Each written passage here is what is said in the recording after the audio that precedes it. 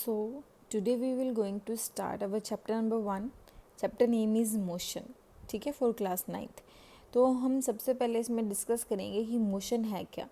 ठीक है, in general language हम ये सोचें कि मोशन क्या है. तो जब हम एक जगह से दूसरी जगह पे ट्रैवल करते हैं तो हम मोशन करते हैं, मूव करते हैं. फॉर एग्ज़ाम्पल हमारे पास एक चेयर है. ठीक है, चेयर को हमने रूम से उठाकर बाहर रख दिया, लॉबी में रख दिया, तो मोशन हुआ ना, मतलब उसकी पोजीशन चेंज हुई चेयर की.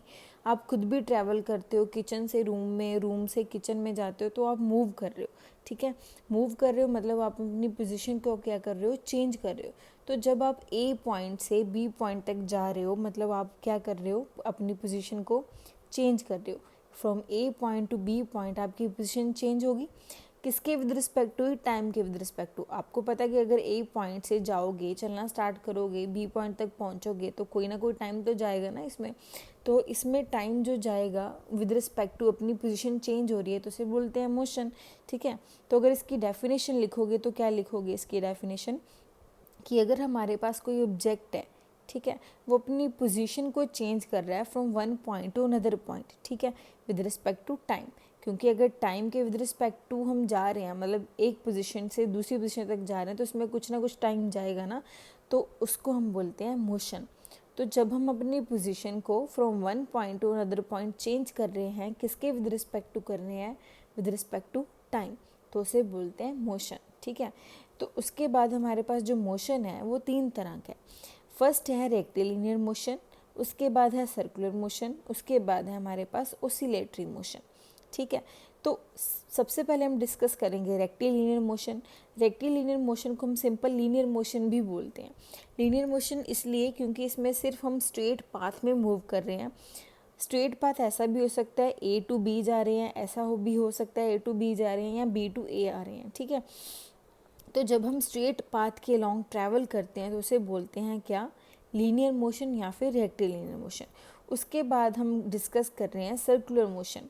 सर्कुलर मोशन क्या है कि जब हम कोई ऑब्जेक्ट है हमारा, वो रिवॉल्व कर रहा है अबाउट दी फिक्स्ड एक्सिस. ठीक है, तो इसकी एग्जांपल, सबसे बेस्ट एग्जांपल है इसकी आपके पास फ़ैन. ठीक है, तो फ़ैन है, फ़ैन की एक एक्सिस है जो उसकी पाइप है. ठीक है, उसके अराउंड जो फ़ैन के विंग्स हैं वो क्या कर रहे हैं, रिवॉल्व कर रहे हैं.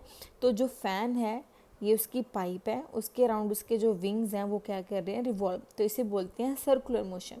उसके बाद हमारे पास है ओसिलेटरी मोशन. ओसिलेटरी मोशन वो मोशन है जिसमें ऑब्जेक्ट है वो टू एंड फ्रो मोशन कर रहा है. ठीक है, टू एंड फ्रो मोशन का मतलब कि मान लो ये हमारे पास ये कोई बॉब है, पेंडुलम आपने सुना होगा, तो ये बॉब है, ऐसे गया, फिर अपनी पोजीशन पे वापस आया, फिर ऐसे चला गया. ठीक है, तो ये टू एंड फ्रो मोशन है, गया, वापस आया, फिर चला गया और फिर वापस आ गया. तो इसे बोलते हैं कौन सा मोशन, टू एंड फ्रो और ओसिलेटरी मोशन. तो इसकी एग्जांपल आप सिंपल लैंग्वेज में लिख सकते हो कि एक पर्सन है जो वो स्विंग कर रहा है इन अ स्विंग. ठीक है, स्विंगिंग इन अ स्विंग मतलब एक झूले में जब झूलता है कोई बच्चा या कोई पर्सन, तो उसे बोलते हैं टू एंड फ्रो मोशन और ओसिलेटरी मोशन. उसके बाद हम डिस्कस करेंगे रेस्ट. तो रेस्ट क्या है, एक टर्म, जब हमारा कोई ऑब्जेक्ट है या हम हैं विद रिस्पेक्ट टू टाइम अपनी पोजीशन को चेंज नहीं कर रहे, तो उसे क्या बोलते हैं, रेस्ट. ठीक है, तो हमारा कोई ऑब्जेक्ट ए है, वो ए पॉइंट पे पड़ा है, आफ्टर सम टाइम हमने देखा तो वो यहीं पे पड़ा है, उसने अपनी पोजीशन को चेंज नहीं करा.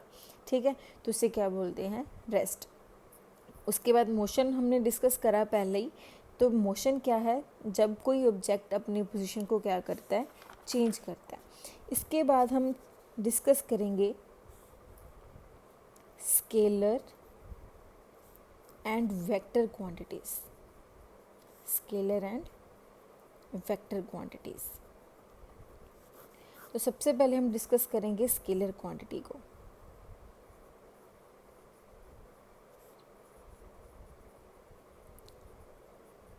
स्केलर क्वांटिटी क्या है कि मान लो हमारे पास कोई ऑब्जेक्ट है.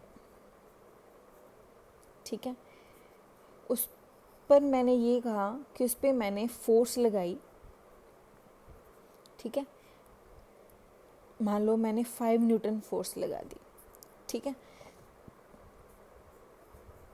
फोर्स लगाई, उसका मैग्नीट्यूड हमें पता है कि 5 न्यूटन है, बट हमें ये नहीं पता कि फोर्स हमें इस डायरेक्शन में लगानी है या फिर इस डायरेक्शन में लगानी है।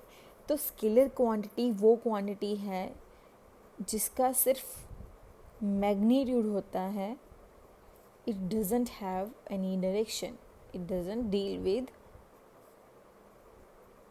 डायरेक्शन। ठीक है, तो इसका डायरेक्शन से कोई कंसर्न नहीं है, मतलब हमने फोर्स लगानी है वो किसी भी डायरेक्शन में लगाई है, ये नहीं पता हमने फॉरवर्ड डायरेक्शन में लगानी है या फिर बैकवर्ड डायरेक्शन में लगानी है। तो इसका सिर्फ मैग्नीट्यूड हमें पता है, मतलब इसकी वैल्यू पता है, वैल्यू कितनी है 5 न्यूटन। ठीक है, बट ये नहीं पता हमने किस डायरेक्शन में लगानी है। तो वो क्वांटिटीज़ होती हैं स्केलर क्वांटिटीज़। ठीक है, उसके बाद हम डिस्कस करेंगे वेक्टर क्वांटिटी। वेक्टर क्वांटिटी क्या है? वेक्टर क्वांटिटी वो है जिसके पास मैग्नीट्यूड भी है एंड डायरेक्शन भी है। ठीक है, मैग्नीट्यूड और डायरेक्शन दोनों जिस क्वांटिटी के पास हैं वो है वेक्टर क्वांटिटी। ठीक है, अब इसमें क्या है, आपको ये पता है 5 न्यूटन फोर्स है, ये हो गया उसका मैग्नीट्यूड। ठीक है, अब हमें इसमें ये भी पता होगा कि वो डायरेक्शन हमने इस पोजीशन में लगानी है या फिर इस केस में लगानी है। ठीक है, मतलब इसमें हमें ये भी पता है कि फॉरवर्ड डायरेक्शन में डिस्टेंस कवर करना है या फिर बैकवर्ड डायरेक्शन में, मतलब ये हमें डायरेक्शन के बारे में भी बताएगी क्वांटिटी, इसे बोलते हैं वेक्टर क्वांटिटी। ठीक है, तो इसके बाद हम डिस्कस करेंगे डिस्टेंस टर्म। डिस्टेंस, तो डिस्टेंस क्या है? डिस्टेंस एक ऐसी क्वांटिटी है जिसमें हमें ये पता चलता है कि हमने one position to another position जो डिस्टेंस या फिर लेंथ ऑफ द पाथ है वो क्या है। मान लो ये है हमारे पास ऑब्जेक्ट ए, ये है हमारे पास ऑब्जेक्ट बी, या फिर ये बोल सकते हो ये पॉइंट ए पे ऑब्जेक्ट है, आफ्टर सम टाइम वो बी पे पहुंच गया, तो उसने लेंथ कितनी है उसके पाथ की, वो है डिस्टेंस। क्या है? Length of the path covered by the, या फिर travelled by the, covered by the object. ठीक है, तो जो ऑब्जेक्ट है वो कितनी लेंथ है उसके पाथ की, कितनी उसने ट्रैवल किया है डिस्टेंस को, उसे बोलते हैं हम लेंथ ऑफ द पाथ या फिर डिस्टेंस। ठीक है, तो ये लेंथ है पाथ की, कितना यहाँ से लेके यहाँ तक। ठीक है, उसने अपनी पोजीशन को चेंज करा तो उसे क्या बोलते हैं? डिस्टेंस बोलते हैं। तो हमने अभी पढ़ा ना, ये इसकी फर्स्ट पॉइंट हो गया। दूसरा पॉइंट ये है इसका कि ये है एक scalar quantity, it is a scalar quantity. तो मैंने अभी आपको बताया स्केलर क्वांटिटी कौन सी क्वांटिटी होती है। स्केलर क्वांटिटी वो वाली क्वांटिटी है जिसमें सिर्फ हमें ये पता है कि मैग्नीट्यूड। ठीक है, तो जो डिस्टेंस है वो है हमारे पास एक स्केलर क्वांटिटी जो हमें सिर्फ ये बताता है कि उस क्वांटिटी का मैग्नीट्यूड कितना है। ठीक है, उसके बाद हमारे पास है कि जो डिस्टेंस है इज़ ऑलवेज पॉजिटिव। डिस्टेंस है जो वो क्या रहेगा? हमेशा पॉजिटिव, वो कभी भी नेगेटिव नहीं होगा। क्यों नहीं होगा नेगेटिव? क्योंकि इसमें हमने डायरेक्शन का डिस्कस करना ही नहीं है कि वो फॉरवर्ड डायरेक्शन में जा रहा है या बैकवर्ड डायरेक्शन में जा रहा है। तो हमने इसमें सिर्फ हमें पता है कि उसका मैग्नीट्यूड इतना है, 5 न्यूटन है, 6 न्यूटन है, 10 न्यूटन है, बट उसकी डायरेक्शन के बारे में हमने डिस्कस ही नहीं करना, तो ये हमेशा क्या रहेगा? पॉजिटिव। उसके बाद है कि जो डिस्टेंस है can never be zero. Distance कभी भी ज़ीरो नहीं हो सकता फॉर मूविंग ऑब्जेक्ट। ठीक है, अगर ऑब्जेक्ट मूव कर रहा है, ठीक है, तो डिस्टेंस कभी भी ज़ीरो नहीं हो सकता। डिस्टेंस मान लो हमने यहाँ से चलना स्टार्ट किया, यहाँ से चलकर यहाँ पे वापस आ गए, तो हमारा डिस्टेंस है वो ज़ीरो नहीं हो सकता। ठीक है, तो जो डिस्टेंस है वो यहाँ से यहाँ तक की पाथ की लेंथ क्या है, तो वो डिस्टेंस है, तो वो ज़ीरो नहीं हो सकता। ठीक है, तो जो डिस्टेंस है वो पाथ पे डिपेंड करता है, पोजीशंस पे डिपेंड नहीं करता, ठीक है। मतलब ये हमारे पास ए है पॉइंट, ये पॉइंट बी है, ठीक है। तो it depends upon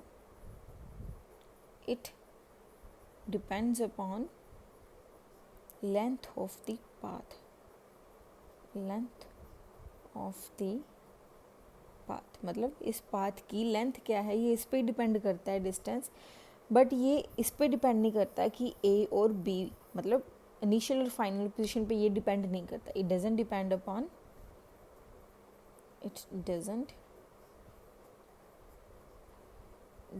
upon initial and final position. Initial and final position मतलब ये उसकी इनिशियल है ए पोजीशन, ये उसकी फाइनल पोजीशन है बी पोजीशन। तो जो डिस्टेंस है वो इन दोनों पे डिपेंड नहीं करता, बट ये लेंथ कितनी है इस पाथ की, इस पे डिपेंड करता है, ठीक है। तो जो नेक्स्ट क्वांटिटी हम डिस्कस करेंगे वो है हमारे पास डिस्प्लेसमेंट। क्या है? डिस्प्लेसमेंट। तो जो डिस्प्लेसमेंट है ना, वो एक क्वांटिटी ऐसी है जो डिपेंड करती है इनिशियल और फाइनल पोजीशंस पे, ठीक है। सो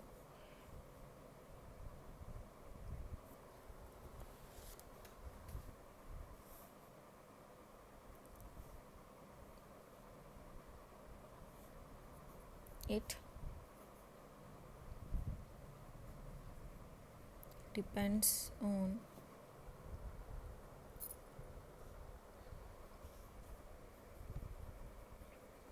initial and final position या points, ठीक है। तो ये ए पॉइंट है और ये बी पॉइंट है, ठीक है। तो ए और बी पॉइंट्स, इस पे ये डिपेंड करेगा, ये path followed by the object पे डिपेंड नहीं करता। मतलब हमें ए पॉइंट से बी पॉइंट तक पहुंचना है, चाहे हम ऐसे पहुंच रहे हैं, चाहे हम ऐसे पहुंच रहे हैं, चाहे हम ऐसे पहुंच रहे हैं। It doesn't depend upon path traveled by the object, it only depends upon A and B। मतलब A से B तक जाना है, चाहे जैसे मर्जी जाओ, वो है आपके पास डिस्प्लेसमेंट। तो जो डिस्प्लेसमेंट है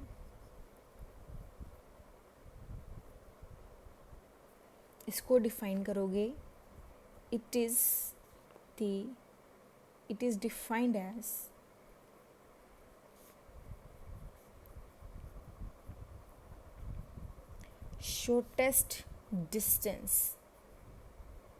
shortest distance traveled by the object। मतलब ये डिपेंड करेगा ए और बी पॉइंट पे, ठीक है।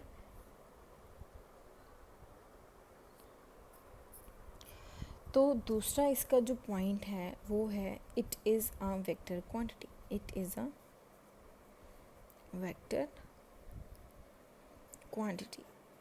वेक्टर क्वांटिटी का मतलब अभी हमने पढ़ा, वेक्टर क्वांटिटी वो है जिसके पास क्या है, मैग्नीट्यूड भी है एंड डायरेक्शन भी है। तो ये हमारे पास है वेक्टर क्वांटिटी, ठीक है। उसके बाद हमने ये लिखा था कि जो डिस्टेंस है वो क्या है, ज़ीरो कभी नहीं हो सकता, बट जो हमारा डिस्प्लेसमेंट है वो ज़ीरो हो सकती है, ठीक है। Displacement can be zero. कैसे ज़ीरो हो सकती है? अभी हमने ये देखा कि ये डिपेंड करती है ए और बी पे, मतलब इनिशियल पोजीशन और फाइनल पोजीशन पे डिपेंड करती है। अगर इसकी इनिशियल और फाइनल पोजीशन होगी सेम, तो डिस्प्लेसमेंट क्या हो जाएगी, ज़ीरो। क्या हो जाएगी, ज़ीरो, ठीक है। तो डिस्प्लेसमेंट क्या है आपके पास, देखो, अभी हमने बोला कि ये डिपेंड करती है इनिशियल और फाइनल पोजीशन पे सिर्फ डिपेंड कर रही है। अगर मान लो कि ये ए टू बी गया पॉइंट, ठीक है, आफ्टर सम टाइम बी फिर ए ही पोजीशन पे वापस आ गया, तो मतलब उन दोनों की पोजीशन क्या होगी, सेम होगी। अगर उसकी पोजीशन सेम होगी तो मतलब उसमें कोई चेंज ही नहीं आया, चेंज नहीं आया तो मतलब डिस्प्लेसमेंट आपकी क्या होगी, ज़ीरो होगी। डिस्प्लेसमेंट विल बी ज़ीरो, ठीक है, if initial and final points are same. इसकी एक और एग्जांपल है, जैसे हम सर्कुलर पाथ में जाते हैं, हम ए पॉइंट से शुरू किया, ठीक है, तो यहाँ से पूरा सर्कल ट्रैवल करने के बाद हम कहाँ पे वापस आ गए, ए पे वापस आ गए। इस केस में भी हमारी पोजीशन क्या होगी, सेम होगी। इसी पॉइंट पे शुरू हुई थी, इसी पॉइंट पे आके ख़त्म होगी, तो इसमें डिस्प्लेसमेंट क्या होगी, ज़ीरो होगी, ठीक है। उसके बाद है जो डिस्प्लेसमेंट है वो नेगेटिव भी हो सकती है। क्यों? क्योंकि हमने ये बोला ना कि ये एक वेक्टर क्वांटिटी है, तो वेक्टर की डायरेक्शन भी है और मैग्नीट्यूड भी है, तो हमें पता है कि अगर इस डायरेक्शन में जाएंगे और इस डायरेक्शन में जाएंगे तो इस केस में डिस्प्लेसमेंट दोनों डिफरेंट हो जाएगी, ठीक है। अगर इस डायरेक्शन में जाओगे तो पॉजिटिव आएगा, इस डायरेक्शन में जाओगे तो नेगेटिव। आपको पता है कि ये ओरिजिन है, ठीक है, ओरिजिन के साइड वाली पॉजिटिव है, ये क्या है आपके पास, नेगेटिव। तो इस डायरेक्शन में जाओगे तो पॉजिटिव, इस डायरेक्शन में जाओगे तो डिस्प्लेसमेंट विल बी नेगेटिव। तो अभी हमने जनरल टॉपिक डिस्कस कर लिए, मोशन, रेस्ट, ठीक है, scalar and vector quantity, distance and displacement. तो ये आप ध्यान से पढ़ना।